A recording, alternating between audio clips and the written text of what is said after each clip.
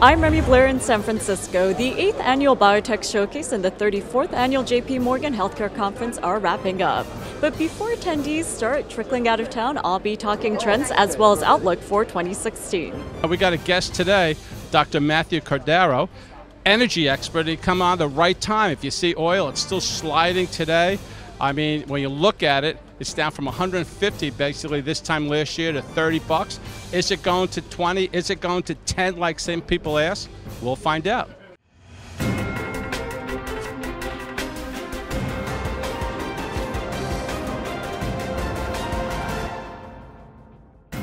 The BioTech Showcase and the JP Morgan Healthcare Conference is well underway in San Francisco. I'm joined by Jason Apadano, who's from BioNap. Good afternoon and thanks for joining me. Thank you for having me.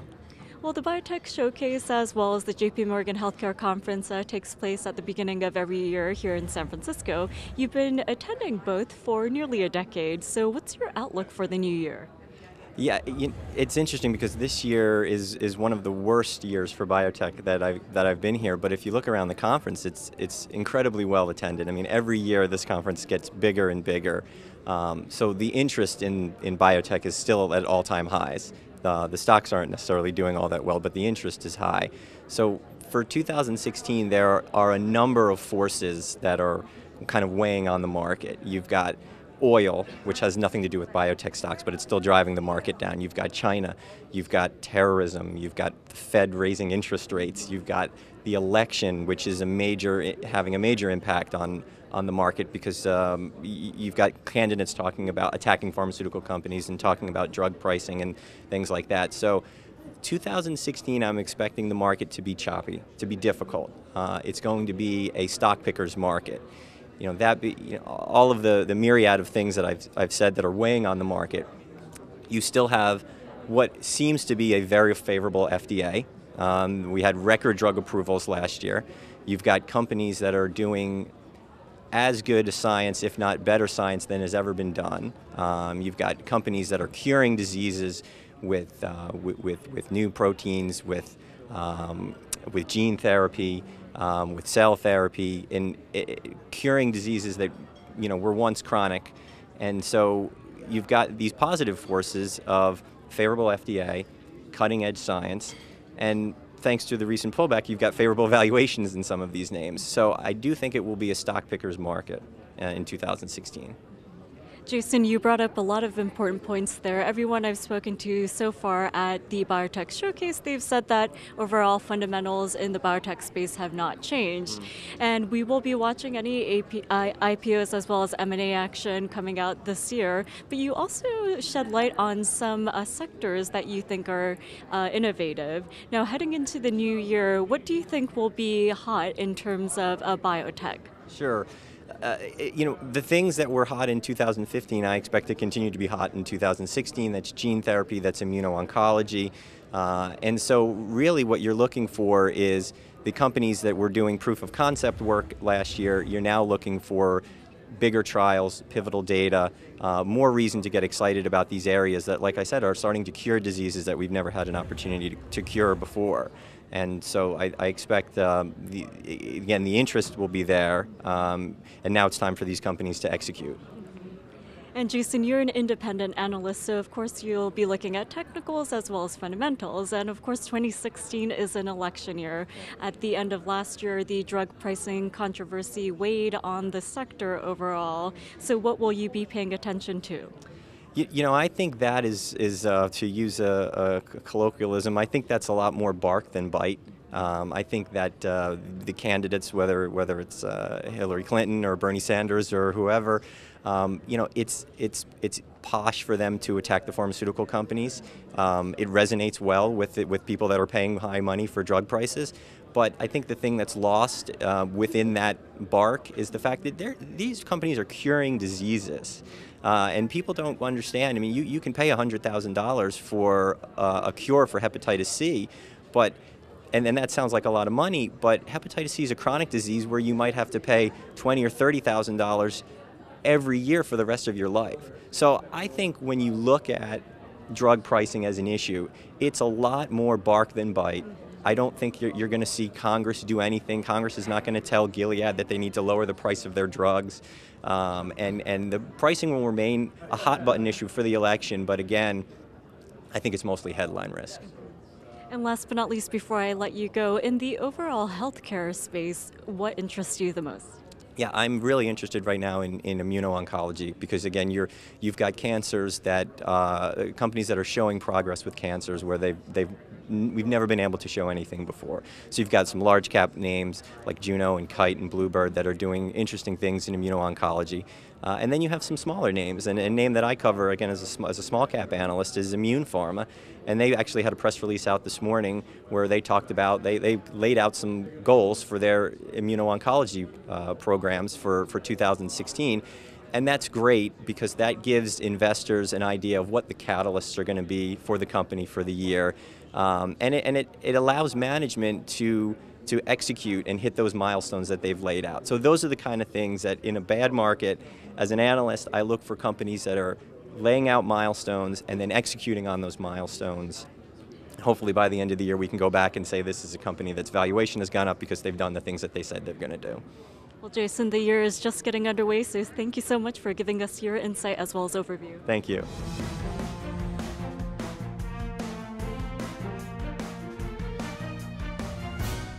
This morning, I am joined by George Zavoico, and he's a senior equity analyst at JonesTrading Institutional Services. Good morning, and thank you so much for joining me today.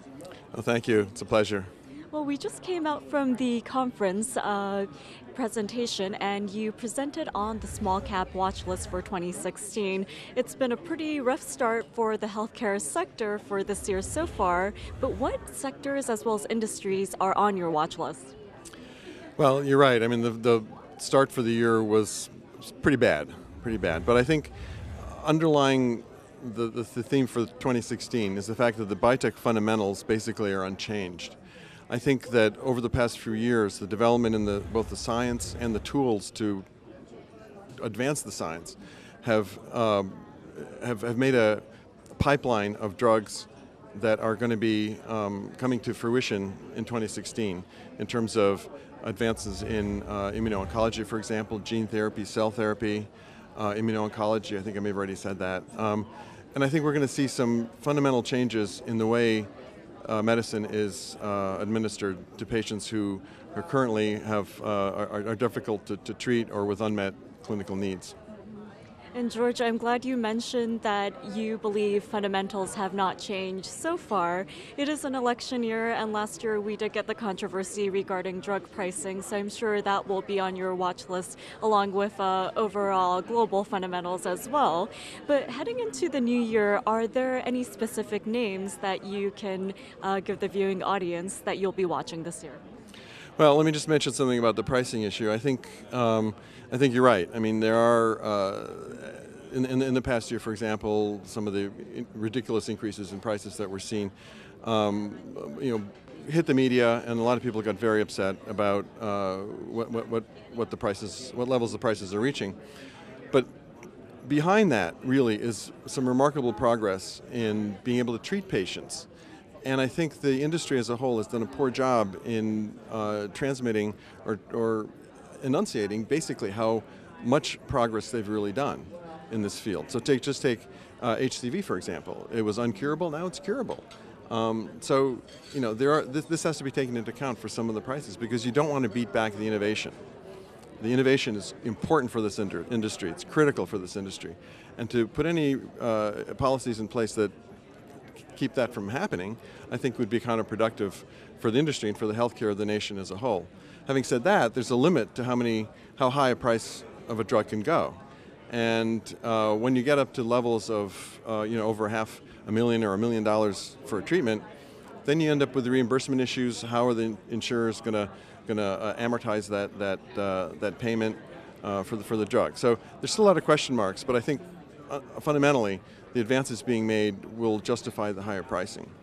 Now, in terms of names, I mentioned 3 companies in the panel, and they were Apadano Therapeutics, ABEO. It's a gene therapy, cell therapy company that is involved in rare diseases and protein replacement therapy.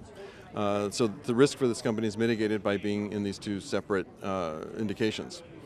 I also mentioned Asterias Biotherapeutics. This is a cell therapy company with also an element of gene therapy. They're going after an unmet clinical need of spinal cord injury and complete paralysis with the injection of stem cells into the spinal cord to try and regenerate and reconnect the broken nerves in the injury. And they also have a product, a cell therapy for acute myeloid leukemia. That's going to be going into clinical trials probably in about a year. And finally, I mentioned Pain Therapeutics. This is a company that is working on an abuse deterrent oxycodone. It's going after the OxyContin, $2.5 billion market with perhaps what is a superior abuse deterrent formulation. And George, we just wrapped up your presentation. You were joined by other panelists for the Life Sciences report, the Small Cap Watchlist for 2016. You gave us your take on the drug pricing controversy. And another controversy I do want to ask you about before I let you go is gene editing and CRISPR technology. Now, we have had a lot of viewpoints regarding that technology, but what do you think, especially in terms of innovation? Oh, I mean, that's clearly one of the more exciting areas of innovation right now. We have to learn how best to use it. It's still in pretty early stages of discovery and application, but I think it holds tremendous promise going forward in the future. I think it's a space to watch very, very carefully, but at the same time, you have to be very careful with a new technology like this because sometimes new technologies are applied unwisely or without enough data to try and get media hype or to try and get to market quickly. So it definitely bears watching. There's no question about that. The potential for CRISPR technology is huge. Well, George, thank you so much for joining me today, and thank you for your insight. Thank you. You're welcome. My pleasure.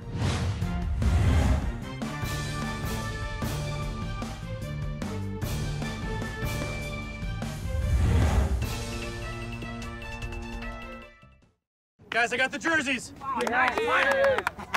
El Nino. Aquí. Spray Dan. Oh, yeah. Don Ovan. Think that's me?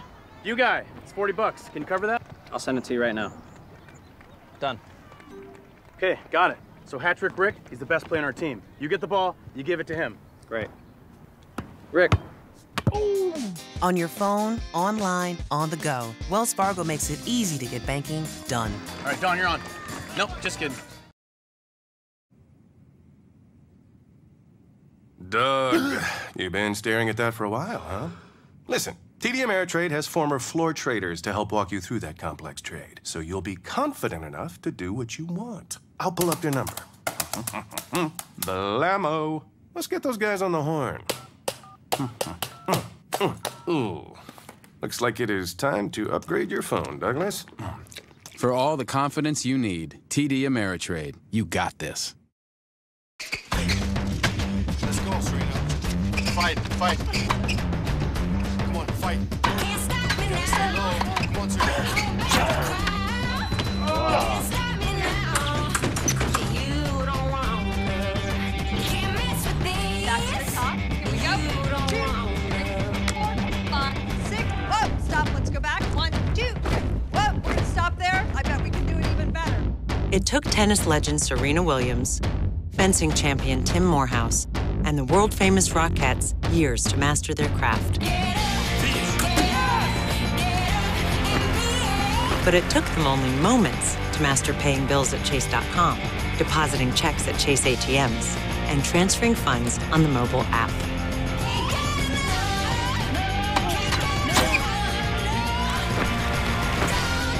Technology designed for you, so you can easily master the way you bank.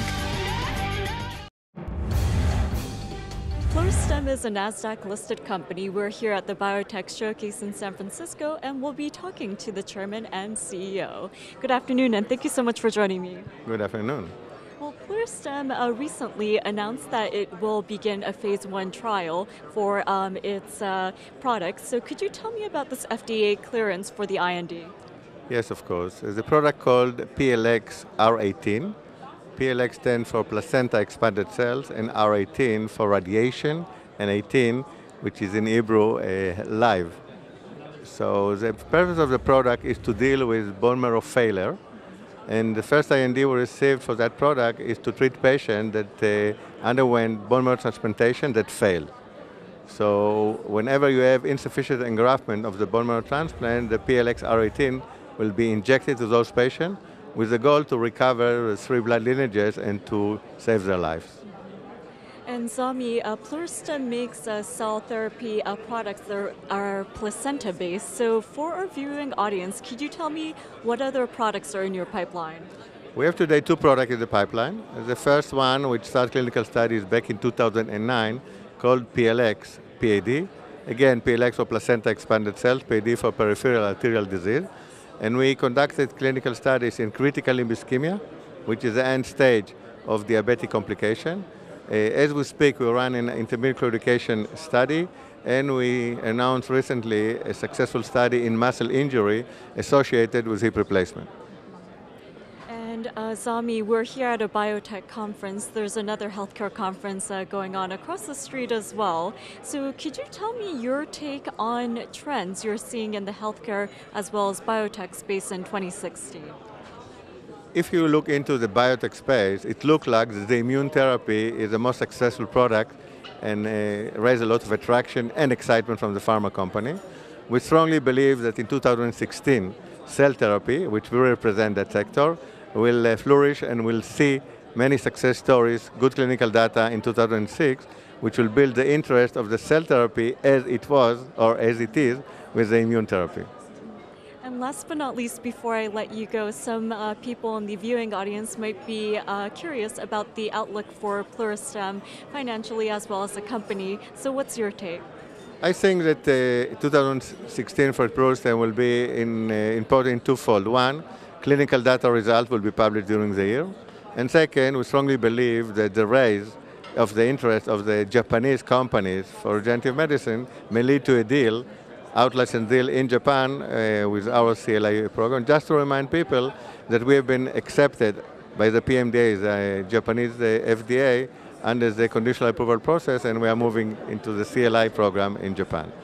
Okay, Zami, well, thank you so much for joining me this afternoon, and thanks for your insight. Thank you very much, too.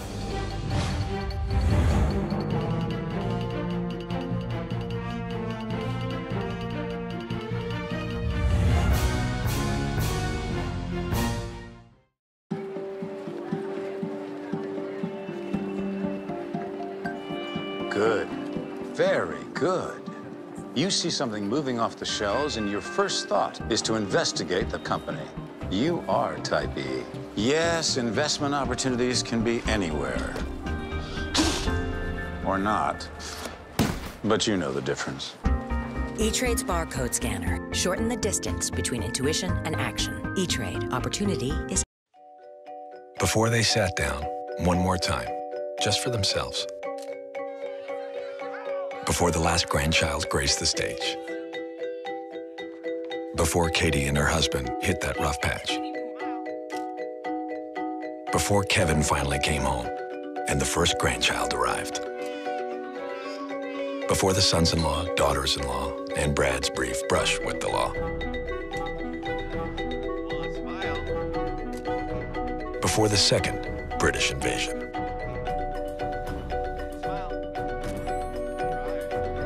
Before Katie, Debbie, Kevin, and Brad. Before they became a family.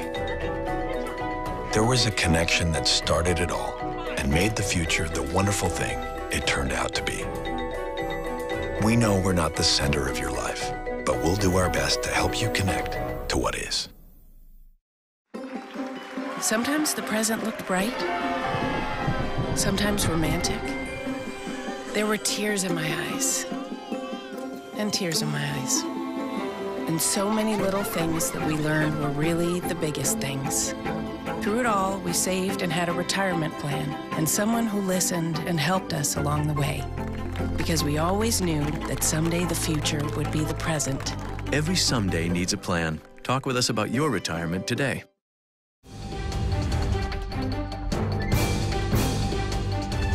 I'm here with Dr. Matthew Cordaro. He's an energy expert here in New York State and basically around the country.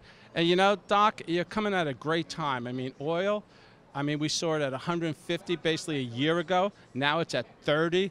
I mean, where's it going and why all the pressure? Well, the market's being flooded with oil. That's for certain. Many dire predictions out there. I think when we start to realize the full impact of Iran being in the market, that we'll see further drops in oil.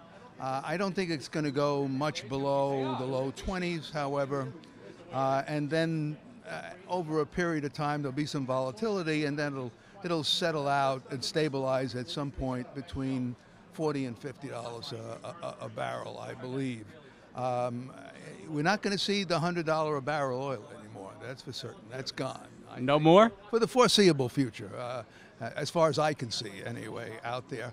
But we're going to have more than enough oil to sell. You've got the oil-producing countries that need the revenue desperately, and so they're going to be selling oil at any price, and there's more than enough to sell, and that's going to continue to have produce downward pressure on the market. Now, for small cap stocks that depend on fueling their companies and delivering trucks and things of that nature, where do you think it's going to go to the pump? Well, I think there's a benefit there, definitely, for small cap companies. There's definitely a benefit I see for the utilities out there. Because, first of all, low oil puts downward pressure on competing fuels that the utilities take advantage of. Principally natural gas is their main alternate fuel. So there's a lot of pressure to keep the lid on natural gas. But also some utilities have dual fuel capacity in their power plants, and so they can switch between gas and oil. So having low-cost oil is definitely an advantage. They also use oil in some peaking power plants, just used during the high demand periods during the day. And this definitely helps reduce prices, especially the high prices during the peak demand period. And of course, they maintain large vehicle fleets, and having cheap gas is definitely a benefit and reduces costs for operating those vehicles. And also for their customers, I'm sure, you know, heating their homes and whatnot. It's a great. Oh, yes. Well, the customers, no doubt, the customers are benefiting. I don't think my oil supplier is that happy with what I've been paying recently. But on the flip side of that, for a long, long time, I was paying quite a high price for oil. And you know, Doc, what about alternative fuels? Are they going to be on the back burner now with oil so cheap? I mean, like solar and fracking. Are those guys taking on the chin now? I think fracking is on the shelf for a while. But definitely solar, alternate energy is still doing well. The utilities have to depend on it. We have new Clean Air Act regulations. There's concerns for climate change, demands for utilities to get off of fossil fuel, and this creates an opportunity for solar and wind and energy of that nature.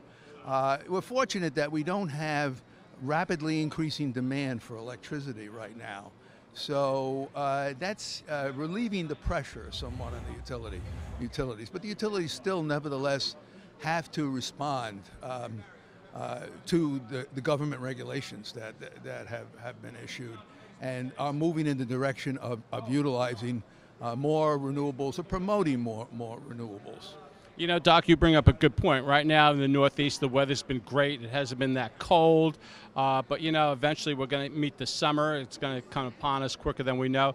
And, you know, you always hear this talk about infrastructure. I mean, the grid. Is the grid in serious problem? Is that a problem down the road? Yes, the grid has aged quite a bit. A lot of the transmission, for instance, in New York State is over 40 years old. And there's been this serious need to revitalize and expand the transmission systems in the state. And there are efforts underway to do that. And there are proceedings before the Public Service Commission, as well as other agencies who are examining this and okaying or providing authority to go ahead on some of these transmission projects. So that is very, very, very vital. Right now, there's also limitations or difficulty in moving clean energy around and also economical energy because of bottlenecks in the transmission system. So there's a desperate need for transmission out there, and I think we're moving forward. It's a costly proposition, and there's always a lot of opposition to transmission lines. When you try to site a power plant somewhere, you've got a local community that's upset with that. But when you run a transmission line that maybe traverses hundreds of miles, you have many people who are upset along the route of that transmission line. So many times, transmission lines are harder to permit than power plants are. Interesting. Sure, everybody wants electric, but not in my backyard. I guess I don't want those things. Yeah. Absolutely. That's always been a problem. Problem with power plants, problem with transmission, a problem with substations, distribution renovations, and new transmissions, as I said. So that's always been the case and always been a problem for utilities, as well as the energy agencies that have the responsibility for overseeing the utilities. Interesting, Doc. Now, OPEC, what do you think? Are they going to have that emergency meeting, or are they going to wait till the summer to meet? Who knows? They will, but I don't foresee anything drastic happening there. I don't think there's going to be any pullback in the amount of oil and pumping. As I said earlier to you, I think these producing nations are desperate for revenue. And with Russia in the mix, and Canada and Mexico, as well as the Middle East, there's just so much oil out there. But these countries still need the revenue. Sure. I mean, they need it for stability. And you see Iran coming online a couple of weeks. Iran is going to have a big impact on the situation. And as you even see the hostilities between Saudi Arabia and Iran not doing anything to affect the market, that's just an indication, an example of what to expect in the future. Even warring factions have to cooperate as far as competition in oil. Yeah, I agree. And you see some people here talking $10 a barrel. I don't see it getting that low.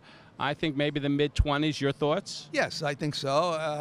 As I said earlier to you, I think lower 20s may be a possibility, especially as Iran's impact is fully felt. But over time, as the volatility dampens, I think you'll move to this $40 to $50 range on a steady state basis. I don't see $100 oil in the future, though. No kidding. You know, Doc, what do you think of the future with climate change? I mean, there's a lot of talk. We had that big meeting in Paris. Some people think it's fake, but I mean, climate change is here, I believe. What are your thoughts? Well, yes. I don't think we should be surprised that there's the possibility that we're undergoing global warming. The Earth has been cooling and heating for billions of years due to natural causes, and it will continue to do so for billions of years into the future. The real question is, what impact does man have on this? Is man really accelerating this global warming? And there's two schools of thought. One school of thought says, hey, man only contributes a small percentage of the greenhouse gases in the atmosphere, so he really can't influence things to that great extent. And others that say even the small amount that man is contributing compared to natural sources is still enough to create havoc out in time. So the utilities really have no choice in this matter. I don't want to discuss who's right about the impact about man. Utilities have no choice in that. It's academic for the utilities. They have to respond to government dictates on this thing. And, you know, we have climate change policy, and we have new Clean Air Act rules and regulations that have to be met. And so the utilities are addressing this, and they're addressing this in several ways. They're addressing this by putting in place more renewables or promoting renewables. They're also promoting efficiency.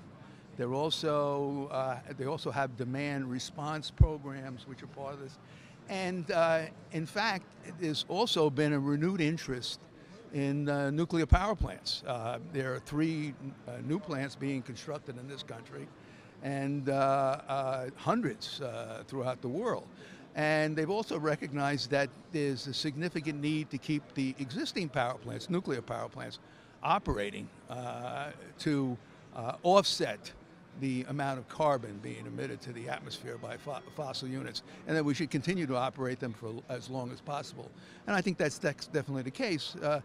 One local case here in the New York area is the Indian Point plant, where Governor Cuomo has a problem with that particular nuclear power plant and wants to shut it down.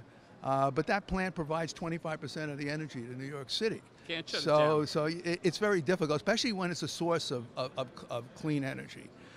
You've also got to recognize that renewables are great and they should be pursued to the full extent, but there's a scale factor and a practicality factor where you can only put in so much capacity over some time. And there's also a capacity factor concern because these are intermittent sources.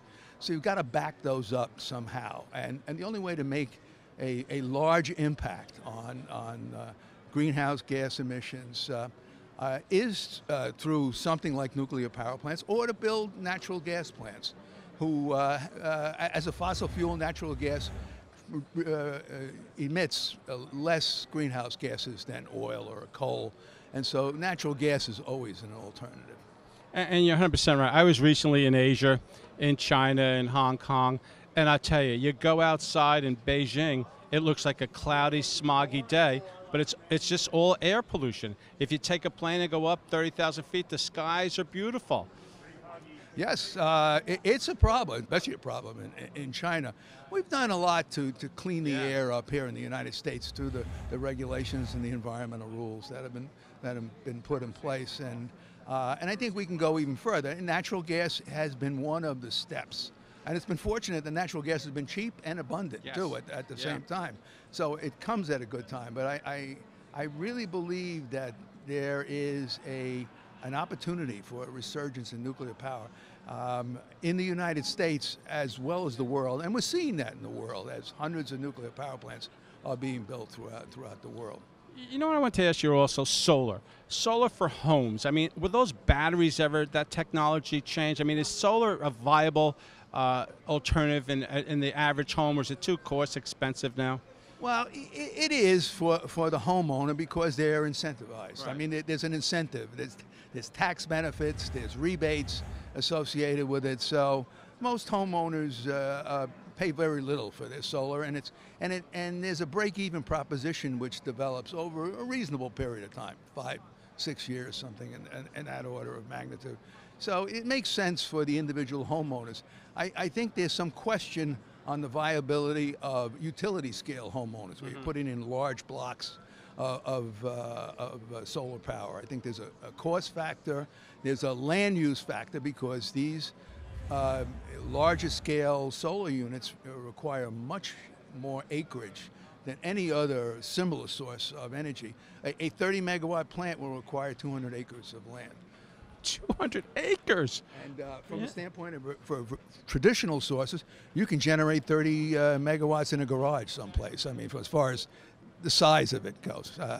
So, you know, the scale factor is always a concern, even in the utility scale solar energy. Thanks, Doc.